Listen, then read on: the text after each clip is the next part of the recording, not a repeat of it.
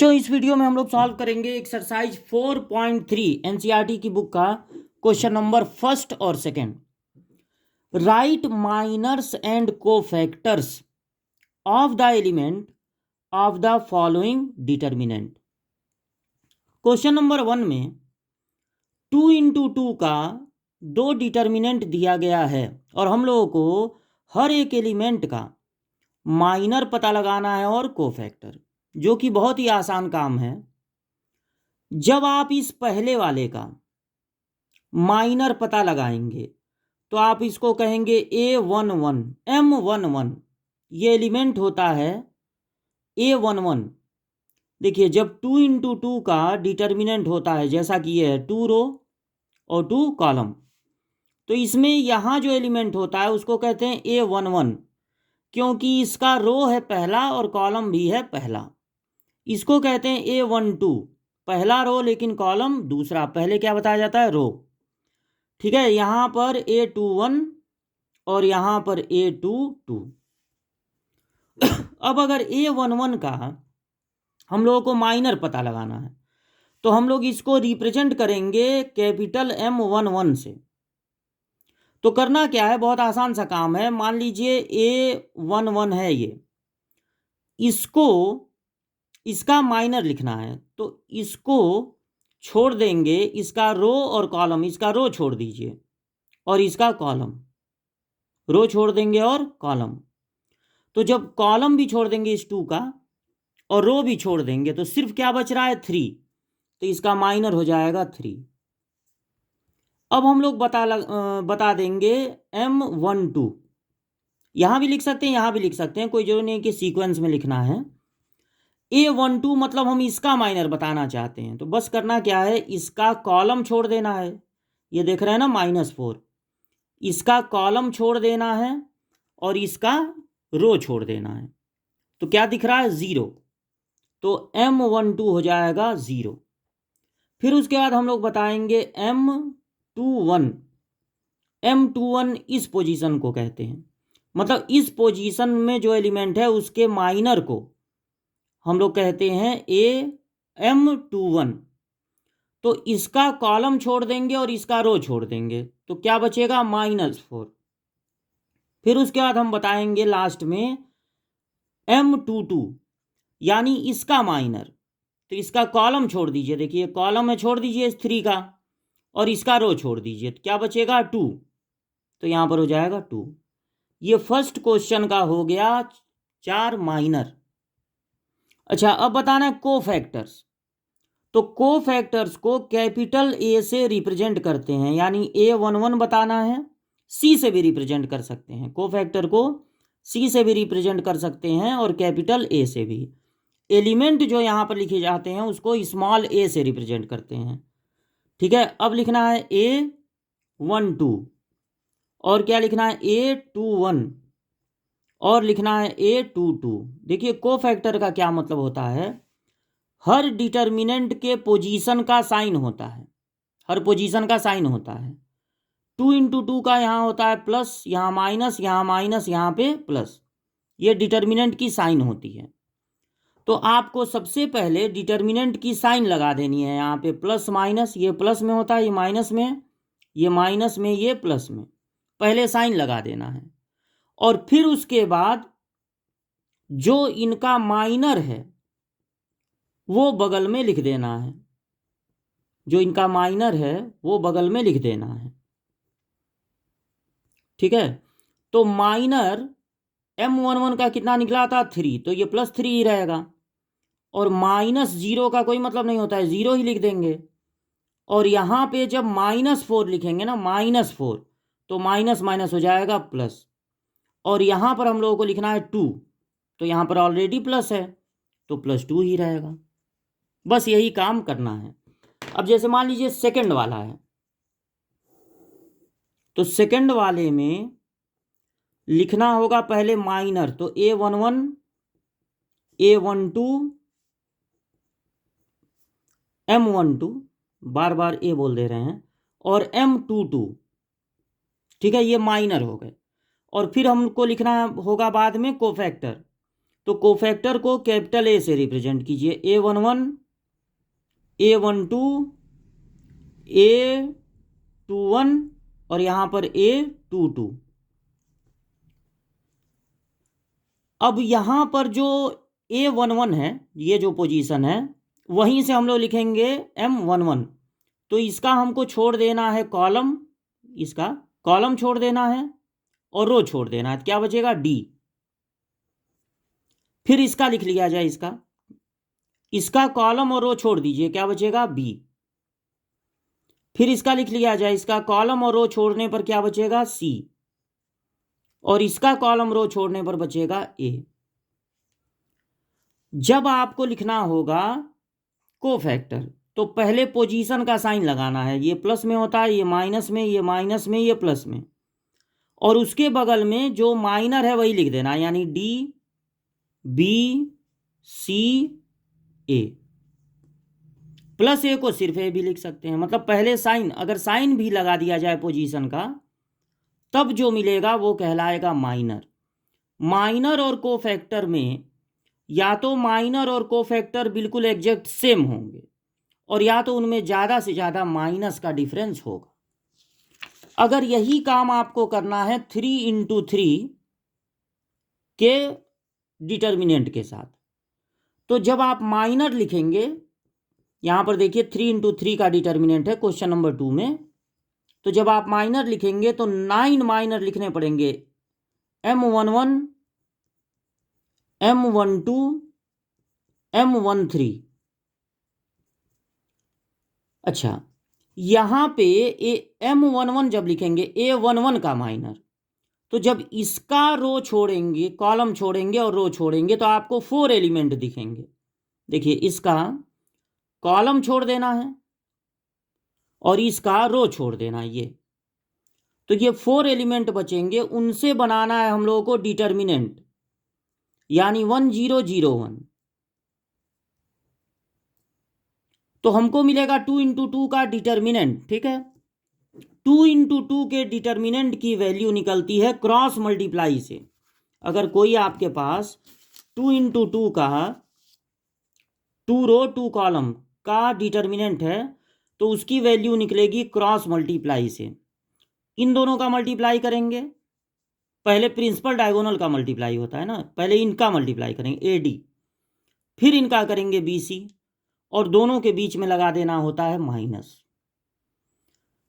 उसके बाद जब कोफैक्टर लिखेंगे तब पोजीशन के साइन की भी जरूरत पड़ेगी। ये देखिए, ये 3×3 का पोजीशन का साइन है, हर पोजीशन की अपनी साइन होती है, प्लस या माइनस।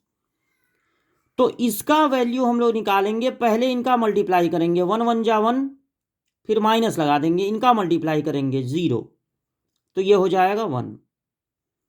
यहां पे M12, तो A12, ये जो पोजीशन होती है A12, इसका कॉलम छोड़ देंगे, रो छोड़ देंगे, तो ये 4 एलिमेंट बचेंगे। देखिए, इसका रो छोड़ दीजिए, कॉलम छोड़ दीजिए, तो ये 4 एलिमेंट बचेंगे, 0 0 0 1। उनसे बनाना है एक 2×2 का डिटर्मिनेंट, और फिर उसकी, यहाँ पे 1 है, और फिर उसकी वैल्यू फाइंड करनी है। तो पहले इन दोनों का मल्टीप्लाई होगा, ये 1 है यहाँ पे, इन दोनों का मल्टीप्लाई होगा 0, फिर अपने तरफ से माइनस लगा कि इन दोनों का मल्टीप्लाई 0, 0 - 0 क्या होगा 0। अब ये जो A13 होता है, A13, उसके लिए माइनर लिखेंगे, यानी M13 लिखेंगे A13 के लिए। तो इसका कॉलम छोड़ दीजिए, रो छोड़ दीजिए, तो ये चारों बचेंगे, 0 1 0 0। उससे बना लेना है एक डिटर्मिनेंट, और 2×2 के डिटर्मिनेंट की वैल्यू निकलती है क्रॉस मल्टीप्लाई से, ठीक है। तो इनका मल्टीप्लाई 0, फिर माइनस लगा देंगे, इनका मल्टीप्लाई 0। चलिए, पहले रो के सारे एलिमेंट का माइनर हो गया। अब second row, M21, M22, M23, तो छोटा छोटा डिटर्मिनेंट बनाना है आपको। अब जो A21 होता है, ये वाला पोजीशन A21, उसका लिखना है माइनर, यानी M21 लिखना है। तो इसका कॉलम छोड़ देंगे, रो छोड़ देंगे, तो बचेगा 0 0 0 1, 0 0 0 1। फिर इसका छोड़ दीजिए, इस वाले पोजीशन का रो और कॉलम, तो बचेगा 1 0 0 1। इसका कॉलम और रो छोड़ दिया जाए, 1 0 0 1। अब 2 इंटू 2 के डिटर्मिनेंट की वैल्यू निकलती है क्रॉस मल्टीप्लाई से। पहले प्रिंसिपल डायगोनल का मल्टीप्लाई 0, फिर माइनस इनका मल्टीप्लाई 0, इनका मल्टीप्लाई 1 माइनस इनका मल्टीप्लाई 0। यहाँ हो जाएगा 1 1 जा 1 माइनस 0 0 जा 0, तो आ गया 0 1 1। फिर लिखना है m 3 1, m 3 2 और m 3 3।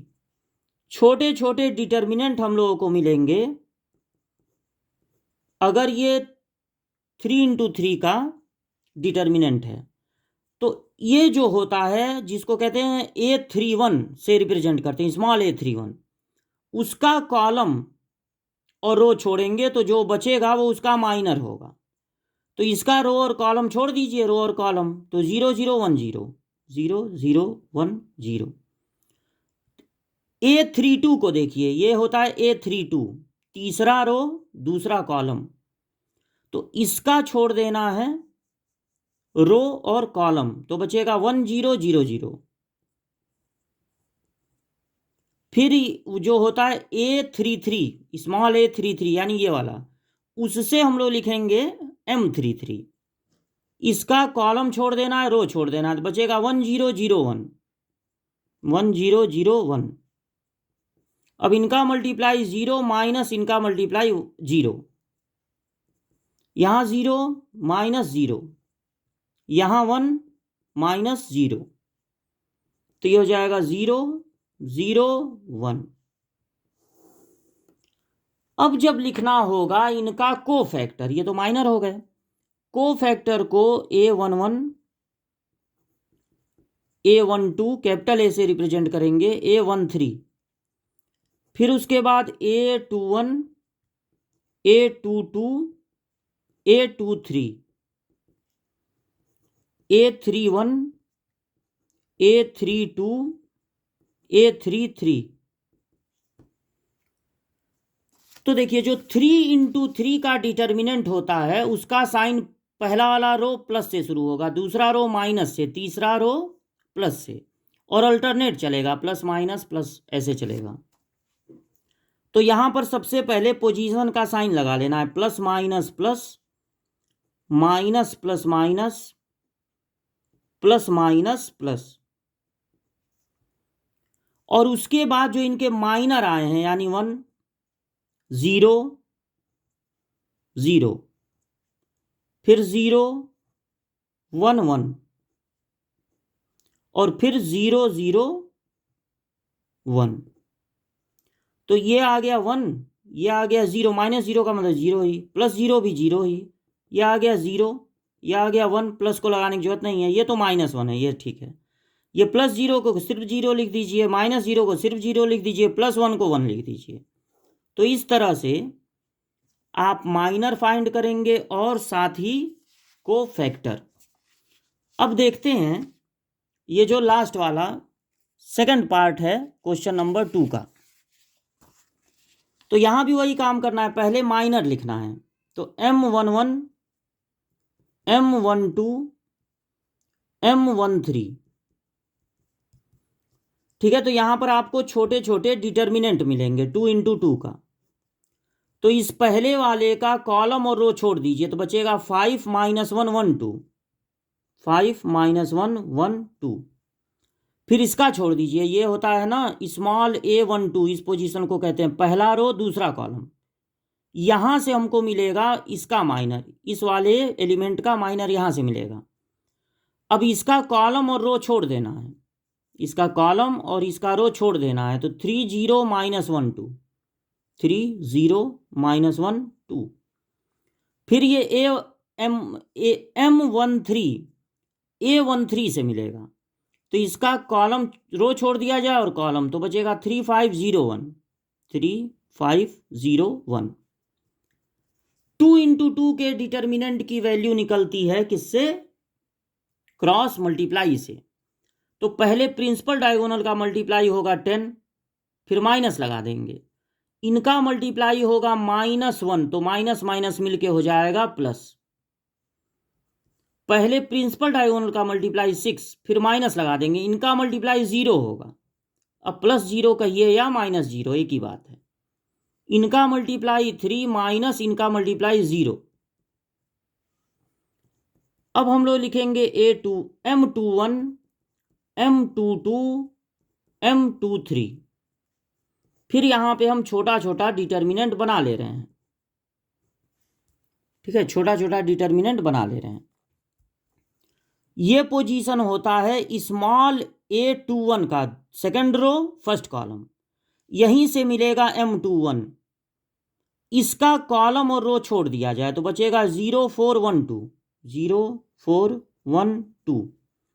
फिर इसका रो कॉलम और रो छोड़ दिया जाए 1 4 0 2 1 4 0 2।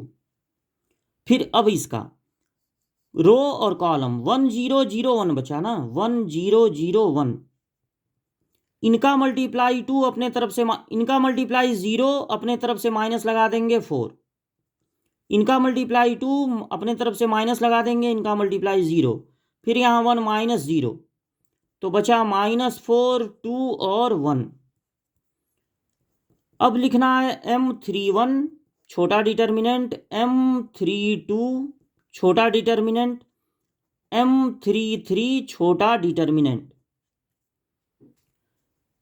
ये होता है स्मॉल a31, इसको कहते हैं 31 32 33।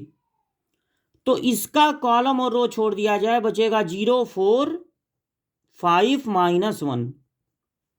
फिर इसका कॉलम और रो 1 4 3 -1 1 4 3 -1।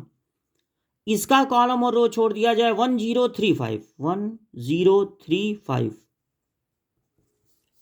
इनका मल्टीप्लिकेशन 0, फिर अपने तरफ से माइनस लगा देंगे, इनका मल्टीप्लिकेशन 20। इनका मल्टीप्लिकेशन -1, फिर अपने तरफ से माइनस लगा देंगे, फिर 4 3 जा 12। इनका मल्टीप्लाई 5, फिर माइनस लगा देंगे, इनका मल्टीप्लाई 0।